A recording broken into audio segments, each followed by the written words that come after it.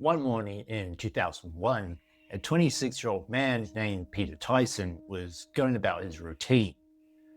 Without warning, unmarked police cars pulled in sharply around him. When the arresting police officer approaches, Peter calmly asks to speak to the head of the Wellington CIB, or Criminal Investigation Branch, Detective Senior Sergeant Steve Vaughan. Slightly caught off guard, the officer asked him why. Tyson looked up and said, "I want to meet the man who took down the man." Peter Richard Tyson was born and raised in Upper Hutt in the Wellington region of New Zealand. He grew up in a good family and idolized his father, who he described as one of the hardest working men I know. He lived a humble existence, kept his head down, and took up boxing as a way to stay out of trouble. Here he began to build confidence in himself and began dreaming of bigger things. He had ambitions of one day being a police officer or joining the elite Special Air Service. He was also a family man, having 2 children who he adored with his girlfriend at the time. So, like any good father, he did his best to provide for them, taking a job in Wellington and earning an honest living. To most people, Peter was unremarkable, but to himself, he was always meant for something bigger. Late on the night of December 21st, 2000, 5 men gathered inside a quiet suburban home. The curtains were drawn, the lights were low. On the lounge floor, they laid out their equipment, a slug pistol hidden inside a sock, a crowbar, an ornately carved wooden Maori club, harnesses, ropes, cell phones programmed with speed dial numbers. By 3:30 the next morning, they were on the road heading towards Wellington. Just before dawn, the group split up. 3 of them got out behind an ATM on Willis Street in central Wellington, a machine tucked just out of public view. They were armed. 2 were dressed as security guards. Behind the ATM, a 7-meter concrete wall dropped away into darkness. Without hesitation, they clipped in, lowered themselves down, and climbed another wall on the far side. Once they were in position, the others moved. The abseiling gear was collected, the first car was ditched. 2 more vehicles were picked up. Several kilometers away, a 4th man waited inside an old, disused gun magazine at the bottom of Ngaio Gorge, a place so quiet it barely registered on the city's radar. Weeks earlier, the padlock on its gate had been cut off and replaced. That morning, all he had to do was wait. By 6:25 a.m., a Chubb security van was loaded. 32 cash canisters, nearly $1 million in total. As the van began its route, the first text message was sent. Then another, then another. Eyes tracked the vehicle through Wellington streets. Traffic conditions were monitored. Timing was confirmed. At 7:30 a.m., the van arrived on Willis Street and parked opposite the ATM. 2 guards stepped out, 1 male, 1 female, carrying 4 canisters of cash. Behind the ATM, 3 men received the message they'd been waiting for. They're here. When the guards unlocked the internal doors to access the rear yard, the men emerged. A pistol, still hidden in a sock, was raised. A crowbar came up. They were told to lie down. The guards were restrained, eyes and mouths taped, hands and feet bound. They weren't beaten. They weren't shouted at. The only words spoken were, "Be cool." Moments later, 2 of the attackers stood up, now dressed as the guards. They took the keys, they walked out the front, and they drove away in the Chubb van. What happened next was just as calculated.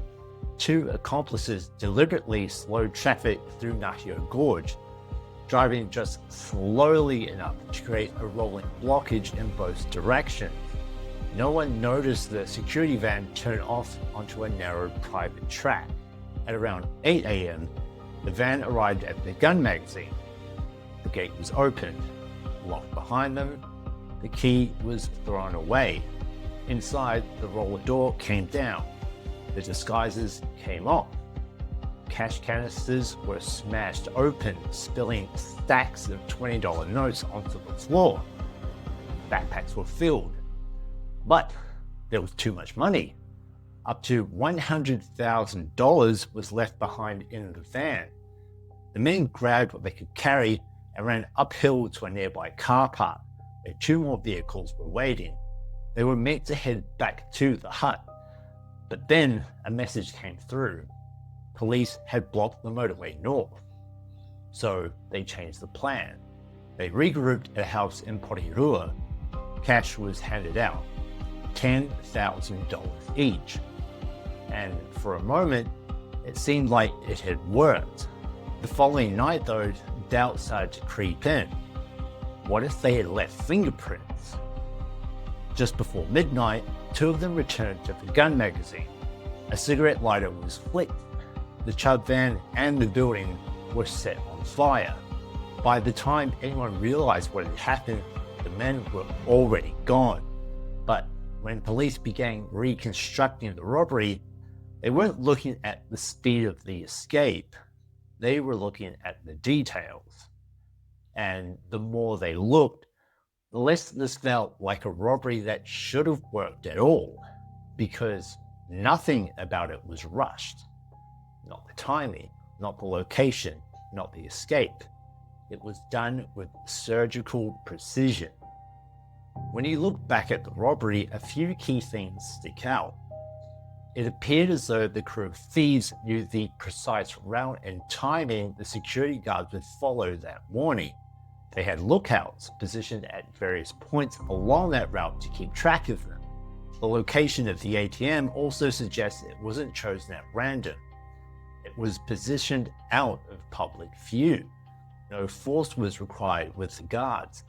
They were intercepted at the moment they were most vulnerable. Morning traffic didn't back up by chance. It backed up in both directions at the same time. This kind of meticulous planning should have pointed to a narrow list of suspects. But what police had yet to understand was there was more to the story than meets the eye. Investigators were left baffled. This was the largest armed robbery New Zealand had ever seen, carried out in broad daylight in the center of Wellington without a single witness coming forward. Detective Senior Sergeant Steve Vaughan gathered his team and began laying out what they knew. Photos of the scene were spread across the table. Maps of the city, timelines sketched out and revised. Again and again, they came back to the same problem. There was no forced entry, no alarms triggered, and no one who could say they'd seen anything unusual. Police began working through their usual lists, the offenders they expected to see after a job like this. They spoke to known armed robbers. They looked at organized criminal groups. They followed up every name that usually surfaced after a large cash heist. Nothing stuck. No one in the criminal underworld appeared to know where the money had gone. There were no rumors of sudden wealth, no disputes over shares, no signs of a score being celebrated or argued over. To Vaughan, that was a red flag. Robberies of this size usually left a trail. If not in evidence, then in ego. This one hadn't. What troubled him most wasn't the violence or the money, it was the discipline. The planning had begun weeks in advance.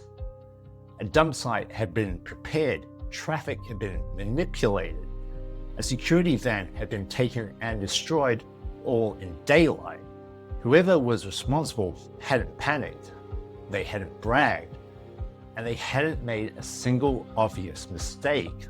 As the investigation continued, one thing became clear. It didn't fit the pattern police were used to seeing. And that meant they were looking in the wrong direction. With the list of usual suspects leading to dead ends, police began looking at plausible alternatives. Gradually, Peter Tyson's name began surfacing in places investigators hadn't expected. Discrepancies in Peter's behavior before and after the robbery only encouraged their pursuit of him. Where Peter had been living a modest lifestyle prior to the robbery, on December 27, less than a week later, he travelled to Tauranga to buy a Ford Cosworth. He then spent 2 nights living it up at the Park Royal in Wellington with a woman who was not his girlfriend. And inside the room, police would discover several empty bottles of Prosecco. Police viewed this recent change in his behavior as suspicious, to say the least. What really sent alarm bells ringing for police, however, wasn't what happened after the robbery, but something that happened much earlier. Another unsolved robbery in Petone involving the same security company. And who else should be a key suspect in the crime but Peter Tyson? The reason the criminals were so clinical in their execution of the robbery of Chubb security is because Peter Tyson was a former employee. Peter knew all the ins and outs. He knew the timing, the procedures. He exploited it all. Suddenly, the robbery looked very different. The timing was guesswork. It matched Chubb's delivery schedules. The interception of the guards wasn't luck. It happened at the exact moment they were trained to be focused on access, not threats. The disguises weren't generic. They mirrored Chubb uniforms closely enough to pass at a glance. Even the escape made sense. The van wasn't driven wildly or dumped randomly. It was taken to a pre-selected site, one that had been prepared weeks in advance, with locks replaced and access guaranteed. It wasn't just a robbery planned from the outside. It was a robbery designed from the inside out. Investigators began retracing every step of the crime with this new context, and with each pass, the answers stacked neatly on top of one another. The patience, the discipline, the silence afterward. Peter Tyson hadn't beaten the system by force. He had used it exactly as he knew it worked. Investigators would later learn that the planning had begun months earlier. Balaclavas used in the robbery weren't bought locally, but more than 100 kilometers away in Palmerston North, far enough to avoid attention. They were then altered, stitched by hand to conceal facial features that might still be recognizable up close. The abseiling maneuver behind the ATM hadn't been improvised. It had been practiced repeatedly under cover of darkness at a local race course. The Chubb van itself hadn't been targeted at random. Its regular routes were watched. Its timing was studied.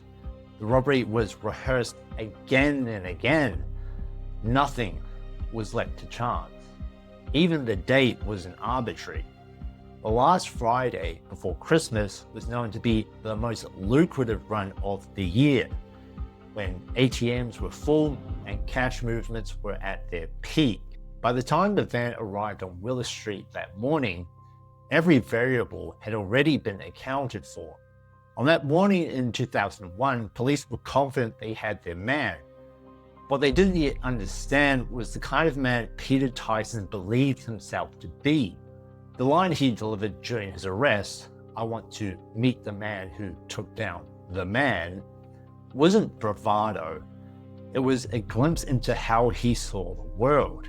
From the moment he was brought in for processing, that self-image became difficult to miss. When police attempted to take a standard mugshot, Tyson dropped to one knee, bare-chested, and posed deliberately for the camera. During interviews, he refused to sit still. At different points, he removed his shirt, dropped to the floor to do push-ups, and treated the room less like an interrogation suite and more like a stage. Officers later described him as confident to the point of distraction, more focused on being seen than on the seriousness of his situation. That mindset extended to the way the robbery itself had been organized. People Tyson surrounded himself with weren't seasoned criminals. They weren't bound by long-standing loyalty or discipline. Some were close to him personally. Others deferred to him instinctively. And when police began applying pressure, that imbalance mattered. Several members of the group were quick to cooperate, handing investigators the evidence they needed to pull the entire operation apart. In the end, Peter Tyson didn't lose because the plan was flawed. He lost because he believed he was untouchable. In April of 2002, Peter Tyson and the rest of the group were sentenced. Several received prison terms of between 6 and 9 years. Tyson, identified as the architect of the robbery, was sentenced to 11. At sentencing, a letter he had handwritten was read aloud in court. A letter that reflected the same sense of drama that had followed him from the beginning. In it, Tyson described what he believed to be the moment his life had changed. That was when a good man started his journey down the dark road to the dark side. He was referring to the early robbery in Petone, of which he was also found guilty. In the letter, he wrote about his father, a man he described as one of the hardest working people he knew, and about his frustration at feeling unable to provide the same life for his own children. There is no way I could give my kids what he gave me and my brother and sister. His children, he wrote, were his life. He insisted he had never acted for fame, fortune, or greed. I did it for my kids, he said. I never wanted to be a legend. I was a legend before any of this happened. Whatever Tyson believed his motivations were, one thing was clear. He understood people, he understood systems, and he understood how trust worked. In the end, the system didn't fail. It did exactly what it was designed to do. If you believe you're doing something for the right reasons, for family, for pride, for survival, does that change what the act actually is? Let me know what you thought of this story in the comments below. Hit like if this story gripped you, and subscribe for more mysteries from Down Under After Dark.